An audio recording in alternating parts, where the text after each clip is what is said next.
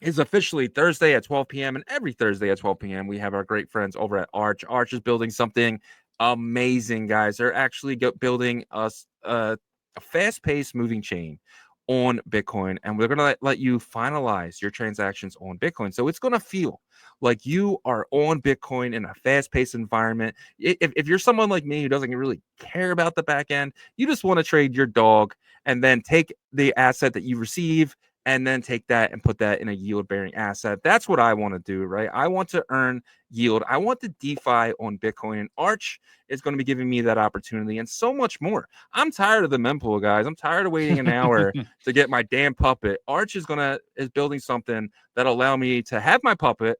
I might have to wait for my Bitcoin wallet to catch up, but I'll be able to do potentially take that puppet and take a loan out on it way before it is ever in the mempool. So I'm excited to see what updates these guys have. They recently have done a snapshot, and we're going to talk all about that right now. So without further ado, let's bring up Nick. Nick, welcome to OnChain Revolution. What's up, guys? What's good? Good seeing you. Shizzy, as ever, really sharp on the hype video. Love it, So, Yagobi, good to see you too, brother. Likewise, Yeah, likewise. I'm just spitting facts, bro. So, look, my job, I'm CMO, I'm Chief Marketing Officer for Arch, and my job is a lot easier because of the fact that's all true, So it's very easy. We can just spout some facts and we can do some fun stuff. So super excited to be here, and just quick brief on what we're trying to do, right? We're extending Solana and putting it on Bitcoin. So having the ability to do fast, speedy trading and transactions, which is awesome. We're going to have a ton of developer flexibility. So the ability to create apps that are super native to Bitcoin, basically just on the Bitcoin base layer, and then also apps that are more ready for scaling, and to be able to do that in the same environment. So you don't have to go to different layers to do all that. And I'd also say the cool thing is that, we're trying to save all UTXO assets, right? So runes, ordinals, and make it more productive and more programmable. So it's really a fun, exciting time at Arch, and we're super pumped to be a part of that. Yeah, man. You guys, your slogan should be Arch Network making UTXO assets great again. There we go. There we go. So you guys have been, you guys, for the first quarter of this year, I feel like you guys, especially in the start, just really just grinding. And I know you guys are working every day still, but more of your builder community, making sure the test net's all set up for them, everything is smooth, all that type of stuff. And then now we're kind of at the end of March, right? About to start Q2. How do you feel like the progress has been, getting closer and closer to mainnet? I think the progress has been great. Obviously, we have a really strong community of builders. I think the support from the Bitcoin community has been huge. We're starting to see more awareness in the Solana community as well of what we're doing, and getting excited about that. So, great progress. And I think two things are really coming out that are showing the excitement, or why people are so excited about this, is I think with Arch, what you're getting is you're getting the chance to come back to Bitcoin only with Arch, right? And what I mean by that is this: coming back to Bitcoin, the benefits of Bitcoin, the awareness of it, the trillion-dollar economy that Bitcoin has that no other chain comes close to. But you also, traditionally have just not had a real ecosystem be able to thrive on it. It's basically just been digital gold, and it's been unproductive. And I think what's really exciting, and what people are starting to see the vision of, is we have the chance to build on Bitcoin, to come back to it with all these native strengths, but then with all these new unlocks that Arch makes possible. So that's what we're talking about. And I think the other thing that's really exciting too, and if you guys check out our Discord now, one of the shifts that we're making, as we kind of move out of the testnet phase of the points program, or at least don't accentuate that as much, is we're actually creating what I think is going to be the best community by far for Rust developers. So if you're someone who loves building in Rust, or someone who's just really Rust curious, you've been dipping your toes in, you've been seeing what people have built. We have a no code environment increasingly emerging in the world, right? Where just ordinary people like you and me can just start practicing with dev tools.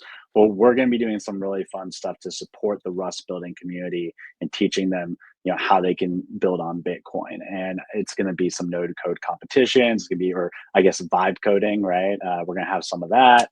And we also, if you look at our Discord now, we've really revamped the organization of it so that people can get really integrated as developers. So super excited about that. Love it. Love it. I do truly feel like Arch has this opportunity to be the home base kind of for these Bitcoin assets with DeFi. And a lot of the builders that we've talked to from your builder community are, there's definitely like separations between. I feel like there's like 2 or 3 different like segments of the builders. One segment that gets me really excited is kind of like this TradFi focus of bridging, TradFi with crypto, right? Whether that's RWA, or trading the volatility of Bitcoin. TradFi people are familiar with that. So do you feel like that will ease in, TradFi to doing more DeFi stuff?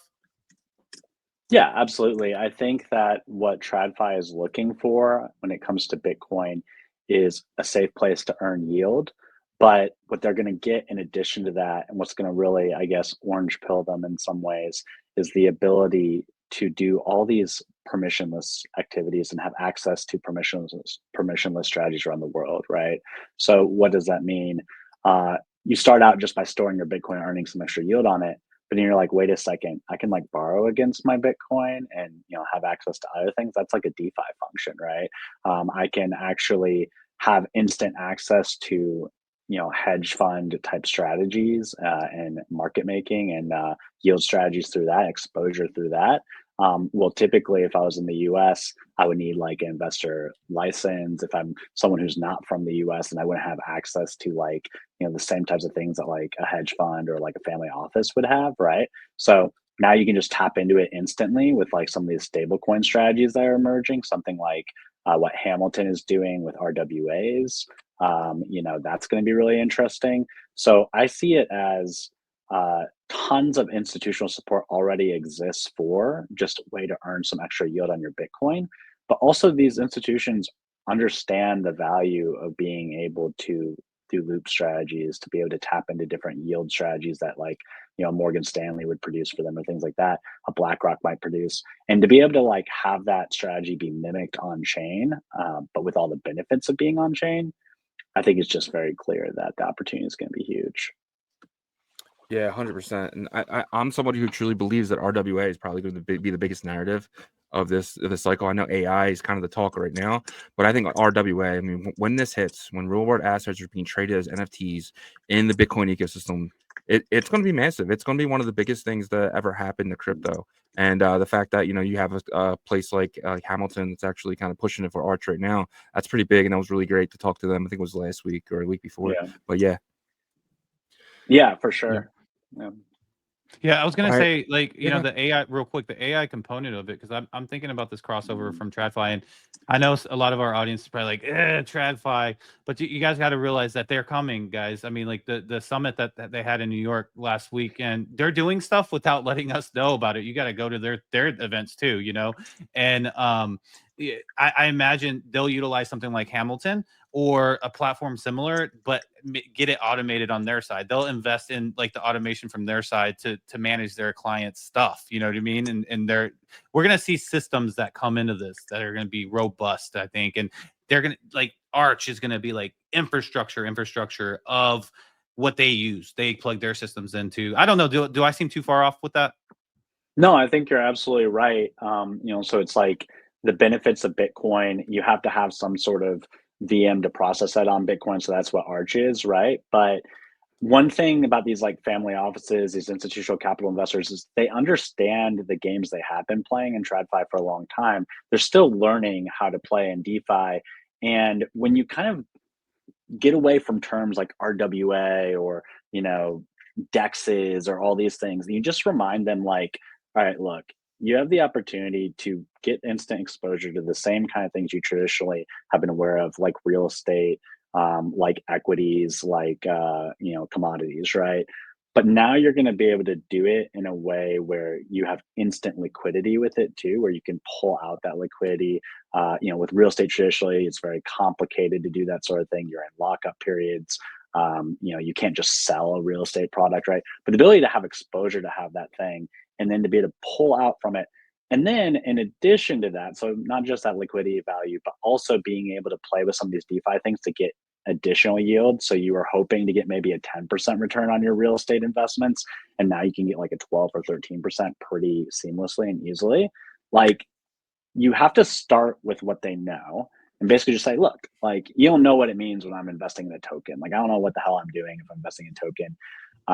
You know, let me just say, like, you're actually, like, especially with RWAs, you're actually just investing in real estate, and this token is just becoming your dashboard for that, or your representation of that. And in addition to that, you're going to be able to do some looping thing here if you want. You can do some extra yield thing. It's not going to be complicated. You just click this button and get extra yield, and that's essentially what you're doing, right? So you start with like what they know. Okay, traditional exposure, we're just making it more liquid for you. And the more we can do that on the RWA side, the better the messaging is going to be. And I think people are going to better understand the value ahead.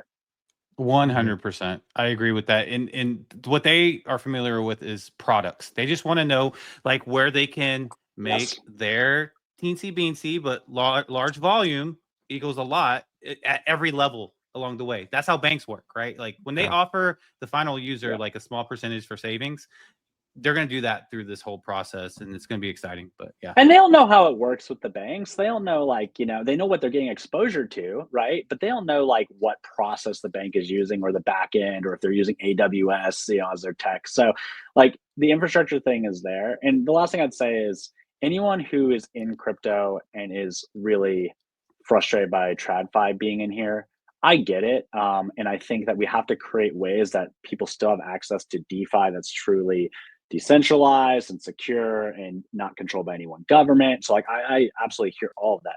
But remember, like when you dreamed of building a permissionless blockchain for, you know, international currency exchange and all these other things that we've done, it had to, like, you had to know it was going to be permissionless, which means TradFi would have the option as well as anyone else to enter it, right? That's what it means to be permissionless. And so you can try to gatekeep with narratives, but the reality is like you can't keep anyone out. And so you have to, and this was always going to be the case. And so now you have to figure out, how do we work with this, and how do we make sure there's still ways to benefit from a DeFi perspective as well. Yeah, and to your point, once they tokenize land in Wyoming, now we can take that NFT, because that's what it is, a non-fungible token, and take it to DeFi. And then we can take loans out on that stuff, right? Like at the end of the day, take what they build and just bring it to DeFi. This is the greatest thing ever, because we don't got to do it ourselves. And that NFT is licensed potentially and backed one-to-one with their paperwork, right? So that again, we're just going to take what they build and bring it to DeFi anyway. So yeah, it is what it is. But I'm going to jump into something else here. So I've had multiple people hit me up and send me your guys tweet here. So if you don't mind, I would love to jump into it. So this is the tweet from you guys. Attention, Archinauts, a snapshot is incoming. This is Q to stack points now. Don't get left behind. So could you kind of jump into what this tweet is explaining, and then kind of maybe add on to that as well?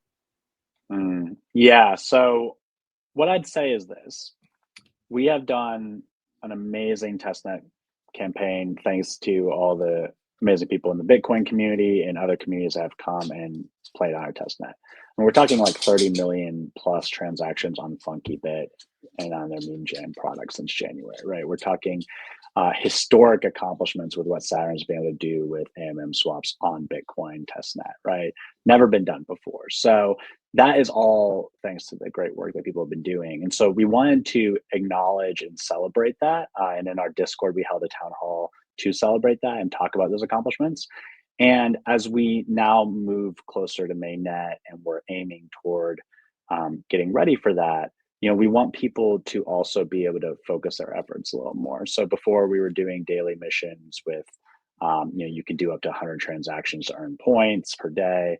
And, you know, we saw a lot of people like bringing a lot of value by that and getting awareness of our apps. But at this point, we've had, you know, 370,000 wallets participate. Like, you know, people know the products now that are out there. And so we wanted to kind of move past just having a lot of activity and have it be more focused. And so what we're doing by this, and we always explained that there was going to be 4 phases and that this was the testnet phase. And for the record, like, our technology is still on testnet and we're not launching mainnet tomorrow. Like, there's a process. We're going through security audits, you know, there's still a timeline on that. But what we're doing is saying, let's take out some of this daily grind and daily transactions, because we're not here just to farm the community, but let's keep it more focused. So that means that we're at a point where, you know, a lot of the testing activity and points that you can earn from that has been done. We will actually, and I realize there's some confusion about this, we will still have like occasional weekly missions. And the move for that is we're still enough a ways from mainnet where there are going to be apps that launch on testnet and it will be valuable for like, you know, them to get some users. But we're probably just going to launch like weekly missions to introduce our users to that, just as an idea, as a way for them to be aware when an app launches, right? And to be able to do something on it. But it won't be the daily type of missions that we've been doing. And so, yeah, it basically just means like, you know, we were telling people that to like get their activity, you know, make sure that they do all the things they want to do. And then we'll have a few more weekly missions kind of launched over the next few months before mainnet. But you know, it'll be a little bit of a different type of points program until mainnet, and then we'll launch mainnet phase or points program phase 3. Gotcha. So, I guess my next question would be: so, is the points reset now? My snapshot's done. I'm back to 0, or am I going to continually build my points? You can continue to build your points. There will just be less of the daily activities to do them, and so you're not gonna. Yeah. So we don't want people to feel like they're. Yeah, so we don't want people to feel like they're getting way behind, essentially. And so there won't be a ton of activities to do, but people who are kind of like Easter eggs, you know, like people will see, oh, there's a weekly mission. Okay, we can do it. But, you know, most weeks we probably won't have a ton of new ones. We may have a new one this coming week, heads up, because of some of the stuff that's exciting and cooking with FunkyBit. But yeah, I would just say the snapshot. Snapshot was probably, to be honest, the wrong word for it because we're still doing some testnet activities until mainnet, but it's going to be a lot less, and it's kind of like moving out of that phase. Yeah, I think that was smart actually, because what you do, like you said, is people that are interested in earning some of this possible airdrop in the future don't feel like they're going to get peanuts now, and it's kind of like, okay, you know, people can kind of all participate and stuff like that. So I think that's really cool that you guys are doing that. Are there any updates or anything like that you could tell our audience right now that we haven't gone over yet, or do you feel like you've covered pretty much all of it? Yeah, I mean, I think just going back to the fact that Arch really represents the best opportunity to come back to Bitcoin and to build the ecosystem that Bitcoin was always capable of. And with that in mind, we are launching, you know, a new aspect of our Discord where we're going to be doing a lot of these cool vibe coding sessions. We're going to be doing, you know, mentorship between Rust developers who are more experienced as well as those who are just trying it for the first time. I think a lot of our efforts and motivation and the types of incentives we create are going to be more focused on supporting the Rust developer community in the Discord. So super excited about that. And by the way, we have like over 1,000 people with the developer tag in our Discord. So really tapping into that community. Yeah, having great builders work together. We have a form a team Discord too, where if you're looking to form, you know, a team, a lot of times like marketing people or like traditional CEOs will be looking for developers to team up with. Like we're creating that. So, and actually I can even, like you guys can kind of see some of this real quickly. I'll just share screen. Yeah. Well, you guys heard Nick just now. If you are a Rust developer and you're interested in building, or maybe not interested in building, but just want to be a part of the community to help out in what ways you can, make sure you join the Arch Network Discord and get plugged in there. Yeah. So as you can tell, you know, before we had the Archonauts campaign up front here. Now we've moved developers up to the top. We have a dev chat, a dev forum. You can ask questions, and there's a good way to like, you know, message with each other.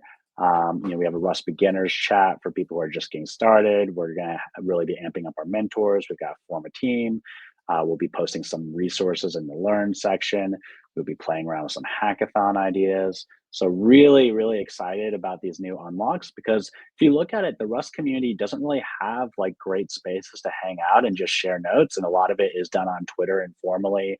We've got some really great Rust developers out there in the world. You know, people like Lifo Fifo and so many others. You guys recently had Bunzi on, who's creating some great dev tooling for Bitcoin. So like we want to really celebrate that and embrace that. And that's why we're creating this community where we're going to actually play active role in matchmaking and bringing people together to have these types of conversations. So super pumped about that. And yeah, look, like this is your chance to come back to Bitcoin.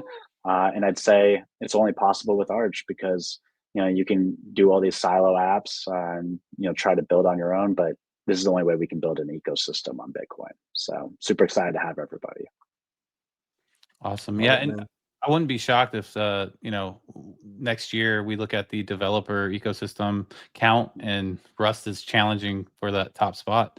Because there's more and more people interested in SVM and being able to learn and build through that virtual machine. So it's gonna be interesting times for sure. And the best part too is if you have a project on Solana, and let's just say you're not doing too well, try it on Arch, right? I mean, because all it really is at the end of the day is a copy and paste, because you guys are using potentially SVM type of thing there. So potentially just take that Rust code and bring it over to Arch, and potentially you guys can, instead of being the small fish in a big pond, you can be the big fish in a small pond and actually grow your community with people that love Bitcoin.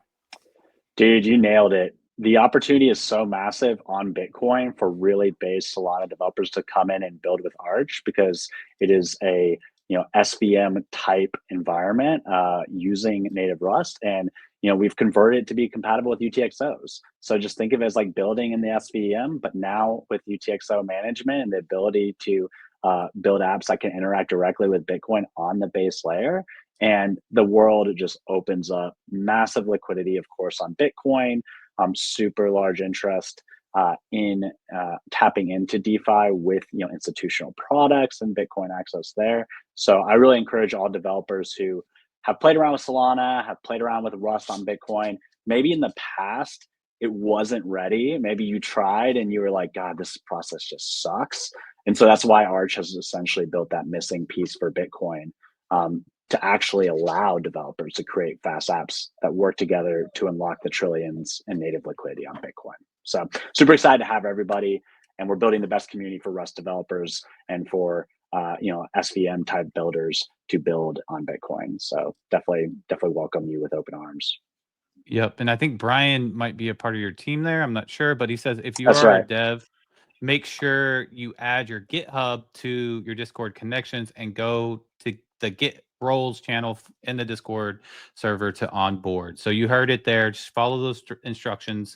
Maybe we can put that in the description as well of today's video. But Nick, man, you're always a pleasure. I know you guys are running around like chickens with your heads cut off, but like you guys are doing, God's work here to save these layer 1 assets because we need to be able to do some stuff with them in a fun environment, and that's what you guys are building. But we appreciate your time, and can't wait to have you back on. Awesome. Thanks, guys. Always appreciate you. All right. Thank you, sir. Absolutely amazing as always. Glad to have the guys from Arch on, and I think it's great for our community too, because like we bring you guys every single day potential airdrops, right? Like everyone we've had on this week was a potential airdrop for you guys. I mean, from Artura to Emblem Vault to BetBTC to so on and so on. There's so much opportunity in this space, guys, for you to get free money. So it's stupid not to try every single one of these products that are in testnet, because it is potentially game changing for you guys, and Arch is another one for you guys to keep paying attention to. And that's why we do these Arch Thursdays, right? Like that we do this to kind of make sure our audience is kind of being one of the first people that are in these communities and actually showing you guys how to do it. And it's really simple, and we're going to make videos on potentially how to get these airdrops as well. Exactly. And